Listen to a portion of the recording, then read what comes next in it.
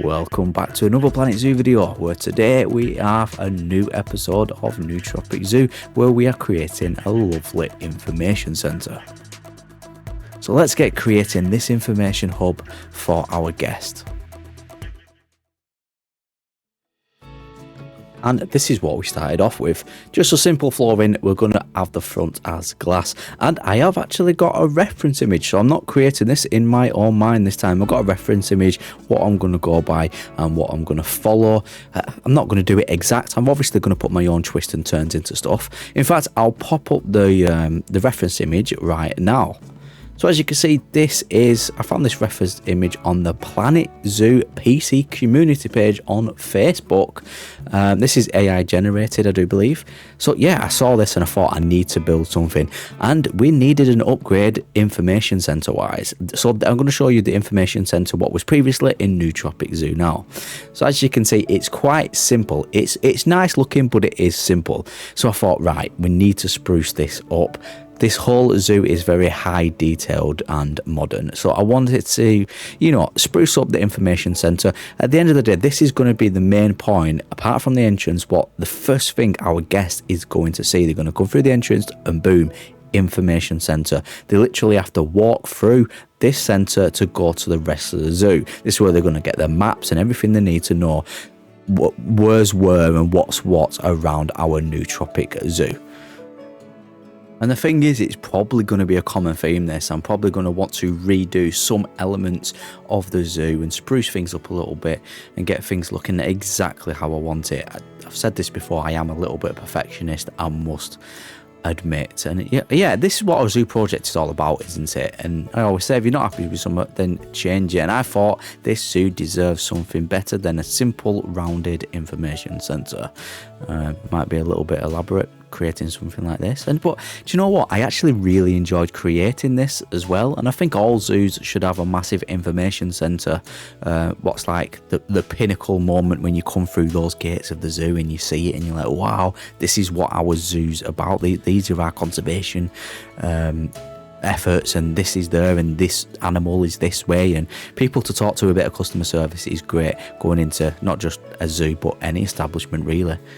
And by the way, if you are new to this series and new to my Planet Zoo videos, then you might as well hit that subscribe button if you enjoy Planet Zoo. I've got many videos, including this series of Newtropic Zoo and many tutorials for Planet Zoo as well. So if you are stuck with anything, give my channel a little view and you will see a lot of tutorials on there. And if you do want to ask me anything in person, or you want to see what other people are building, or just talk to like-minded individuals about Planet Zoo, then I have recently launched my community Discord channel. The link will be in the description down below. And if you do want anything that I build in Planet Zoo, then you can do. If you want it in your own zoos, all you have to do is go on my Steam Workshop page. Again, that link will be in the description down below also. And I'm just getting to the point now where I finished the front facing of this building, and I'm starting to think about the little details and the things on the side, these wooden beams, what are going to give the decal and the overall look. And it works out really well. I chose this reference image and to build this for a reason. I just think it would fit in Newtropic Zoo and fit with the theme that I'm going with. So this is how it comes out looking. So this is the front done now, the basics done. So start adding some details like these wooden planking beams and then these hanging beams, and I've added lights on. I'll show you what it looks like at night at the end as well. We've got a little planter to the left and then the information board right at the front to declare that this is the information center. And we've got a little bit of custom flooring. So let's start the flooring inside again with these stained wood pieces. You'll see this a lot around Planet Zoo, and not Planet Zoo, sorry, Newtropic Zoo. And to the side here, I've just created a little windowed area with some trellis. Well, obviously we're going to put some plants on. Right, sliding doors. I'm going to show you how to make sliding doors. This is a very basic sliding door, but also very effective. You can see me just playing about with different ideas here. Ended up adding this kind of like shaded bit, so it's kind of like not totally glass, opaque, I think is the actual technical word. And then we're going to add some trims to the glass itself and kind of give the impression that this is a sliding door. Unfortunately, we do not have sliding doors in Planet Zoo at this time. Hint, in Planet Zoo, if any of the developers are watching this, I would love to see a sliding door. we're adding Mr. Archerman off the workshop here to make sure everything is the height requirement of an actual guest, and everything looks to scale and looks functional and realistic. And these dots, what you can see me adding here, again, is something what you would see in real life. This is to stop anybody, especially children, running into the glass. If the glass is very shiny and it's very see-through, the chances are you will run right into it. So you'll see this in a lot of sliding doors and windows in general to stop people running into them. We don't want any accidents around our zoo, do we? And just finishing off now with the black metal pieces, of course, adding the trim to the doors themselves. And then it was just a matter of adjusting things, moving things over, lining things up, and getting things exactly how we want it. I change a lot of things in this build going forwards. I go back a lot and change things, just like this window here. I actually end up deleting this window, I do believe, and we're going to add like a circular kind of like extension to this building, because for my liking it was just a little bit too flat. A whole flat roof, even if we're going to add a lot of foliage on the roof, you know, in regards to the reference image, it's just still a little bit flat for me. I love different height variants. You can see me inside just planning out where our actual, not shop, our information centre is what I meant to say. I nearly said shop then. Our information centre is going to be. And then on the window, what you just seen me do there is, because we had to use off the grid pieces, they wasn't thick enough to line up with the on the grid pieces. So just duplicate them and just move them over and line them up to the other side of the wall. I hope that makes sense, and I hope that's kind of a nice little tip for you if you are using a mixture of on the grid pieces and off the grid pieces. We built the roof, which was easily done. I've got a roof tutorial if you are wondering how to build unique roofs like this. Go and watch it, it probably will help you. We just lifted the roof up so we can actually see inside the building. I always suggest building roof last, or building roof what's off the grid or separated from the previous grid. Lift it up so you can actually get some light inside of the building, so you can see what you're doing when you're building the interior of buildings. And then to the front again, I thought it kind of just looked a little bit bland to me. So I thought, right, we need some more foliage. We've got the little planter on the left, but we need something on the right. That is too much of an open space for my liking, really. And then I thought, this floor is just not cutting it. I need a different floor. So we're going to add two different colour variants. We're going to add a darker grey, and we're kind of adding like, what would you call it, a blob, like a raised blob. I don't actually know how to describe what I'm doing, really, so I'm just winging it here in this video, to be honest with you. And then we circle off these elements as well. And by the way, these are just the art shapes. I'm just placing the art shapes down. Remember, your guest and your staff will walk over anything you put on the floor as long as there is a path laid underneath it. So don't worry about piling stuff on and creating custom paths and pathways and flooring like you can see me doing here. And yeah, do you know what? I am so enjoying playing and building for Newtropic Zoo, and I've had a lot of positive feedback for this series, and this is technically the first ever full sandbox zoo that I am creating ever, not just recording and putting on my YouTube channel, but actually playing for myself, and I'm loving it and I'm enjoying it.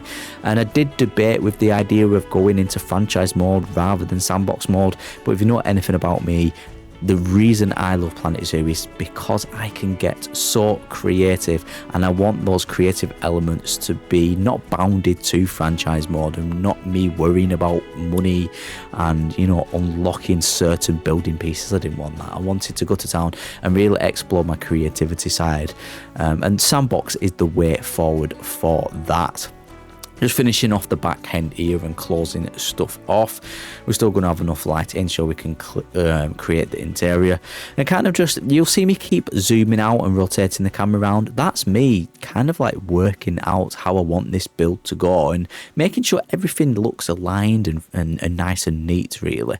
And honestly, with me in this game, I do this a lot, and I said previously I am a bit of a perfectionist, and if you've watched my videos before, you will know I am a bit of a perfectionist, and if something's not right, change it. I said that all the time, But even though I enjoyed creating this information center, it got to the point where I was getting a little bit frustrated. It happens to us all.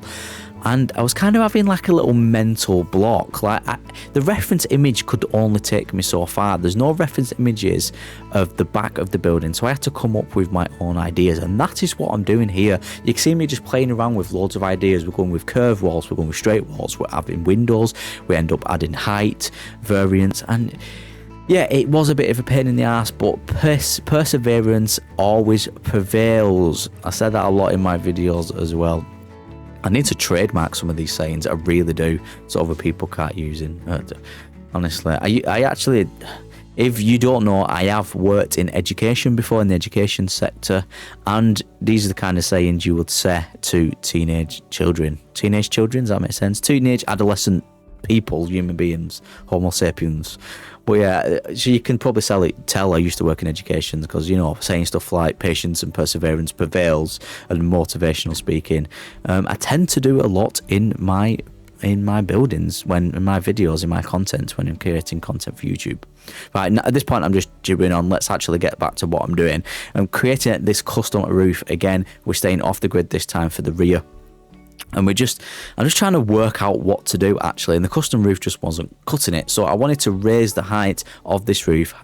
This also adds obviously a different height variance. We're going to add bigger windows to add more light into the interior. I love going into any building, I'm not just talking in Planet Zoo but in real life, and seeing massive windows and having natural light come in and light up these areas of these buildings. Right, moving on to that extended bit, what I was previously talking about, and the roof, the actual roof as well. We're going with the foliage roof, that's what's in the reference images, that's what we're going to do. And we're going to create this custom barrier here using the mesh pieces and the conservation pieces, which of course are recolored to black to make them look like they are metal. And we're just going to place this simply around the edge, adding that barrier. And once you've got one, you've got them all. All you have to do is get like one set, like you can see me getting here, and then you just duplicate and rotate it, duplicate and in advance move it to the straight, and then you can start rotating it and just go around the edge of the roof itself. I don't actually do this very often in my builds, create like a kind of like access point to the roof to give it kind of the look that maybe something is living on there. Maybe imagine if you could make this into a little enclosure, a little habitat on the roof. That would be brilliant. In fact, in the reference image there's actually a picture of a tiger. Obviously this is probably not very realistic, but yeah, imagine that. Imagine you could have I might try it actually, zoo enclosure on roof. Might make a good video, I don't know. Yeah, so just finishing things off really and extended this bit and trying to like guess how it's gonna look. And by the way, if you've got any annoying gaps like you can see me covering here, just simply go off the grid with the same pieces what you've got on the grid. In this instance it's the plaster pieces, and then just cover those gaps, just line it up, duplicate them and double them up so it adds to the thickness of the same thickness of the ones on the grid. We did the same method when we did the windows as well, if you remember. And then just finishing off this roof now and just making sure that all the barriers around the outside, and then obviously we're going to add another roof onto the actual extended part on the heightened roof part.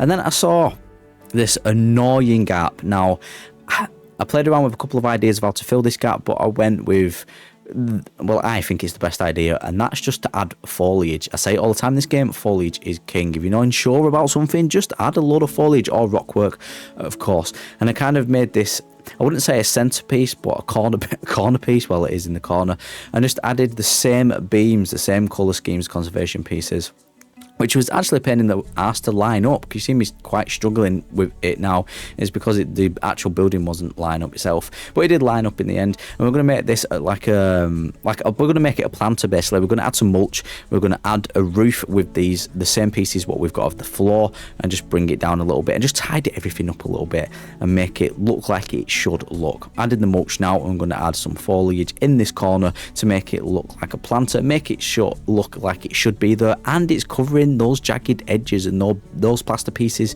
what are sticking through the wall. It's covering them also, as well as adding to the lovely aesthetics of the inside interior. Right, just putting our actual facilities down, because of course we need them. And I thought the best thing to do really is to go with 2 here. It's quite a larger building to have 1 really, and then just putting the desk in. And I'm going to show you now how we are going to get it in the zoo, and then we're going to transform the interior itself. So we had it over here, and we're just going to move it, and I'm going to show you how I go about lining this up really. This is not sped up, this is me doing it.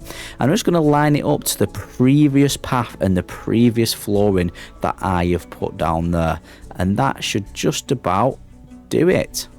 Right, the interior, let's add some lovely aesthetic. So we've got the info desk sign, we're going to add some benches, of course you always need some benches, some lovely rugs to add to that more cozy feel, some information boards, and we're going to add kind of like a wall piece there, and then the flooring. Let's press play, and we're obviously going to have the Planet Zoo trailer playing in the background.